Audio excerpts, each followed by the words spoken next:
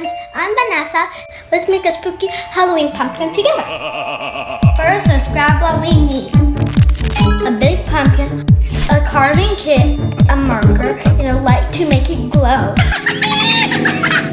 Step 1. Get a marker and draw a spooky or silly face on your pumpkin. Step 2. Mark and cut a lid around the stem. Make sure a grown-up helps you with this. Step 3. Scoop out all the gooey out of the pumpkin.